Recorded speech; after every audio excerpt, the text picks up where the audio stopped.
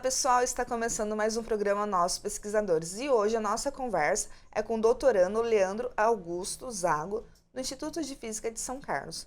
Leandro, como você conheceu a carreira de físico? A minha carreira de físico começou, acho que como toda a carreira de toda criança, que é assistindo filmes, né?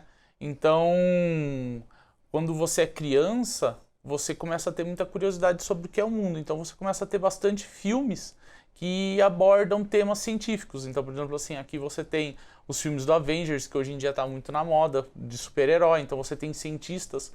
Os heróis geralmente são cientistas, né? Dificilmente você tem um herói que ele não é ligado à carreira de cientista. Então, isso é um grande divulgador para a criança, para despertar a curiosidade dela do que é a carreira de cientista e ver um pouco esse glamour, que é o que chama a atenção da criança. Então você tem nos filmes, por exemplo, De Volta para o Futuro, você tem o Dr. Emmett Brown, que é um cientista, você tem o Dr. Bane, que é o Hulk, você tem o Tony Stark, que é o Homem de Ferro, que também é um cientista.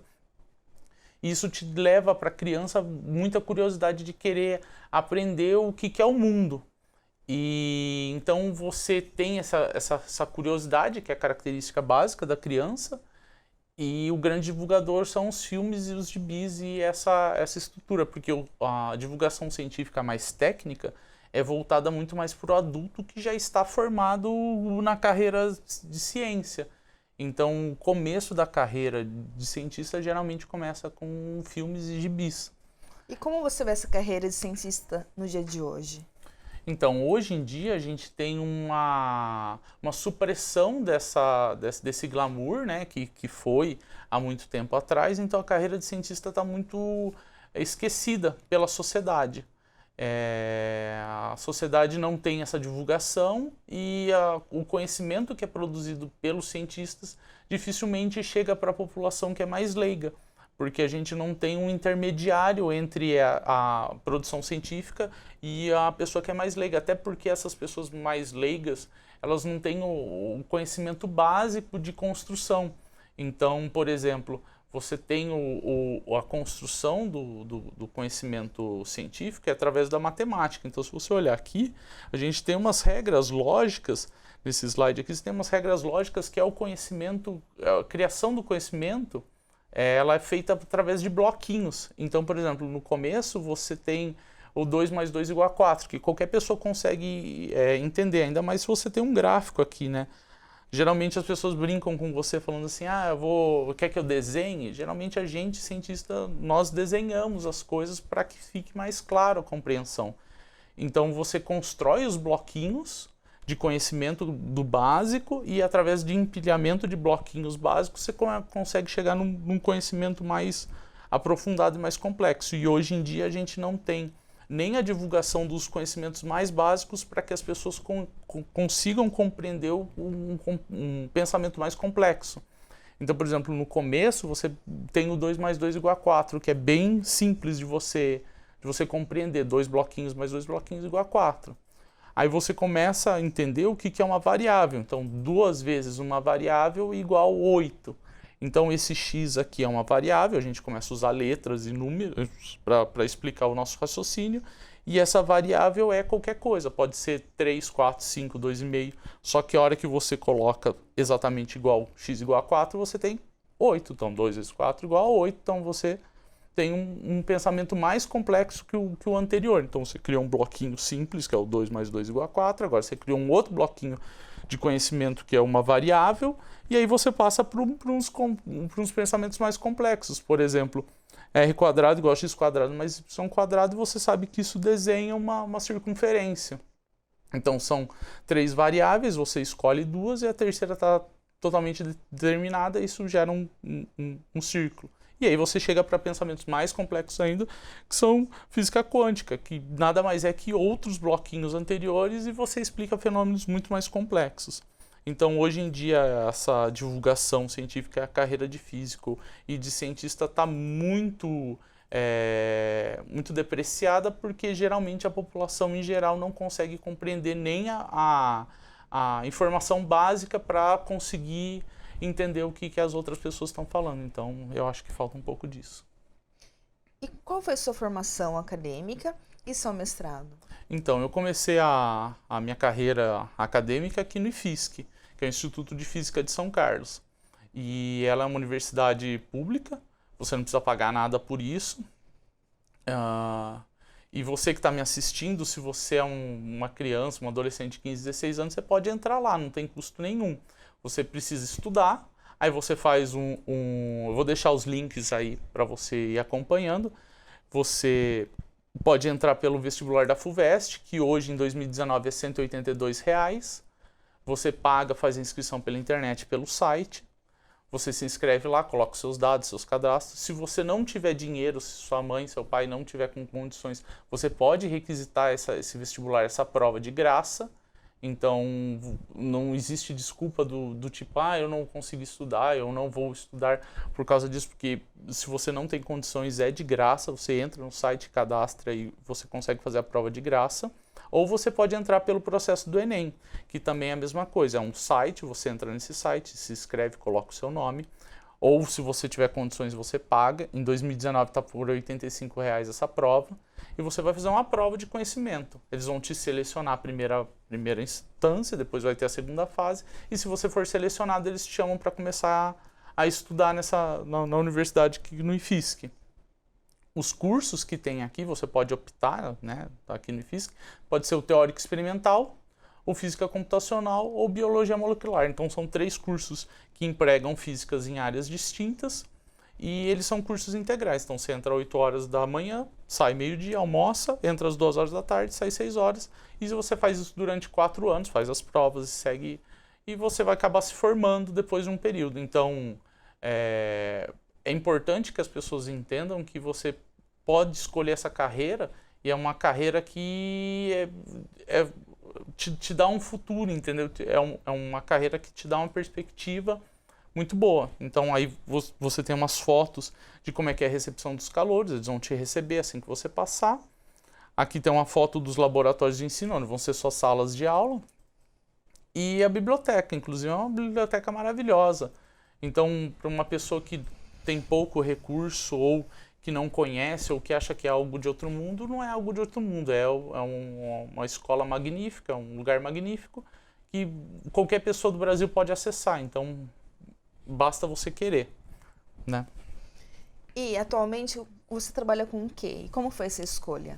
Então, eu escolhi vir para a área da física de semicondutor molecular, dos polímeros semicondutores orgânicos, porque é uma área fascinante com potencial incrível. Então, geralmente a gente escolhe as áreas que são as áreas que mais têm pesquisa e retorno e potencial de melhorar a vida da população em geral. Então, os polímeros semicondutores orgânicos, eles têm aplicação desde medicinal, para você fazer um neurônio artificial, por exemplo, uma pessoa perde o movimento do corpo ou coisa assim, e você aplica esses polímeros que nada mais são plásticos, e eles têm capacidade de conduzir eletricidade, então você aplica, você pode fazer uma pessoa potencialmente, né, voltar a andar com essa técnica, tanto quanto você pode tirar a luz desses materiais. Fazer, por exemplo, aqui a gente tem uma foto de uma tela dobrável, então você tem aplicações de celular, de camuflagem, então essa técnica dos polímeros semicondutores orgânicos, ele tem um potencial incrível para desenvolver a sociedade. Por exemplo, imagina você ter um painel solar que você enrola e estende e produz luz, ou uma TV que você enrola e não quebra, ou um implante de você querer fazer a pessoa mexer o braço e ela não tem mais os neurônios. Então o potencial é bem grande. Então eu escolhi essa área por causa do potencial, né? E que você estudou no mestrado? Então, aí no meu mestrado eu escolhi uma molécula específica desse conjunto de moléculas dessa pesquisa, que é o poli 9,9-dioxetilfluoreno, que é o PFO. Então ele é uma molécula que tem todas as propriedades que eu descrevi, e eu fiz uma análise, uma característica física dela, desde do caráter conformacional, É completo. Então, essa molécula ela é uma molécula complexa, como se fosse um macarrãozão assim, comprido, e ela pode se torcer entre elas, entre ela, né? Então, conforme ela está numa posição, ela tem um comportamento físico de conduzir ou emitir luz. E é importantíssimo você caracterizar essas moléculas completamente, de como ela se comporta em cada tipo de conformação, em cada tipo de temperatura, porque você consegue saber exatamente como ela vai emitir, ou como ela não vai emitir, ou como ela vai conduzir, ou como ela não vai conduzir, e através desse estudo básico você criar os dispositivos que você precisa. Então eu peguei essa molécula, que é um semicondutor orgânico, estudei ela isoladamente, porque se você tem interação dessa molécula com outras moléculas em volta, você tem fenômenos que não são intrínsecos da própria molécula. Isolei ela e aí eu fiz um estudo de como é esse comportamento dessa molécula em vários fenômenos, quando ela está bem próximo de 4 graus Kelvin ou quando ela está na temperatura ambiente e como é que foi essa conformação. E qual a aplicação desse trabalho hoje em dia? Então, é um trabalho de base, então é um trabalho de estudo de caracterização. Então, você sabendo exatamente como essa molécula se comporta em diferentes concentrações, temperaturas e conformação, você pode usar esse conhecimento para prever como o seu dispositivo vai ser caracterizado. Então, por exemplo, imagina que eu uso essa molécula para fazer um dispositivo elétrico, e aí eu mando esse dispositivo elétrico para o espaço. No espaço a temperatura é diferente daqui. Então você vai saber exatamente como é que vai ser o comportamento dela. Então, sabendo como vai ser o comportamento dela, você programa a sua eletrônica para funcionar do jeito que você sabe como ela vai estar se comportando naquele ambiente. Então você coloca dentro do corpo humano, você sabe que vai estar a 37 graus. Aí você sabe como vai ser o comportamento dessa molécula dentro do corpo humano. Então é um trabalho de estudo de base para que as outras pessoas usem esse conhecimento para produzir os dispositivos que elas queiram. Leandro, como foi a transição do mestrado para o doutorado? Então, depois que eu já comecei a trabalhar com esses polímeros semicondutores orgânicos e com os potenciais que ele tem, eu acabei optando por seguir o doutorado, né, com um outro projeto, que é um projeto também de aplicação, minha área de física aplicada. Então aqui a gente tem um dispositivo que eu estou tentando desenvolver, que nada mais é do que um túnel, um nanotúnel dentro de uma barreira. Então aqui nesse gráfico a gente tem três tipos de dimensão. Então, por exemplo, uma bactéria ela tem 1 micrômetro, 10 a menos 6 metros. Um vírus ele tem 10 a menos 7 metros. E uma proteína, um DNA, tem 10 a menos 9 metros, que é um nanômetro. Então são corpos que têm diferentes dimensões. O meu trabalho consiste, na verdade, do doutorado, em desenvolver um dispositivo que eu consiga olhar a passagem de um apenas dessas dimensões. Então, o que eu estou tentando estudar ou fazer e produzir um dispositivo que é um furo, que esse furo eu controlo qual que é a dimensão desse furo. Então, no caso, eu estou usando 100 nanômetros, e em 100 nanômetros, por exemplo, não passaria uma bactéria, mas passaria um único vírus dentro desse furo. E aí o que eu faço?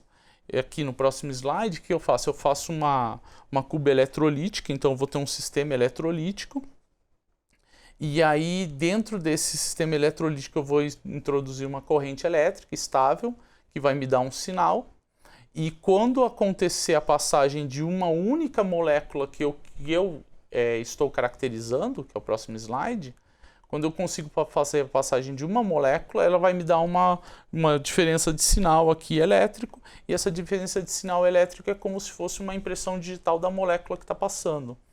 E aí, então, eu posso ter vários tipos de molécula passando entre esse furo, que é o que eu selecionei, e vai me dar vários tipos de sinais. Isso é uma aplicação, isso é um dispositivo, é uma inovação que é recentíssima essa técnica, porque como ela é nanométrica, ela é muito delicada, ela é infinitesimal, então as técnicas de produção desse tipo de equipamento só foram possíveis agora.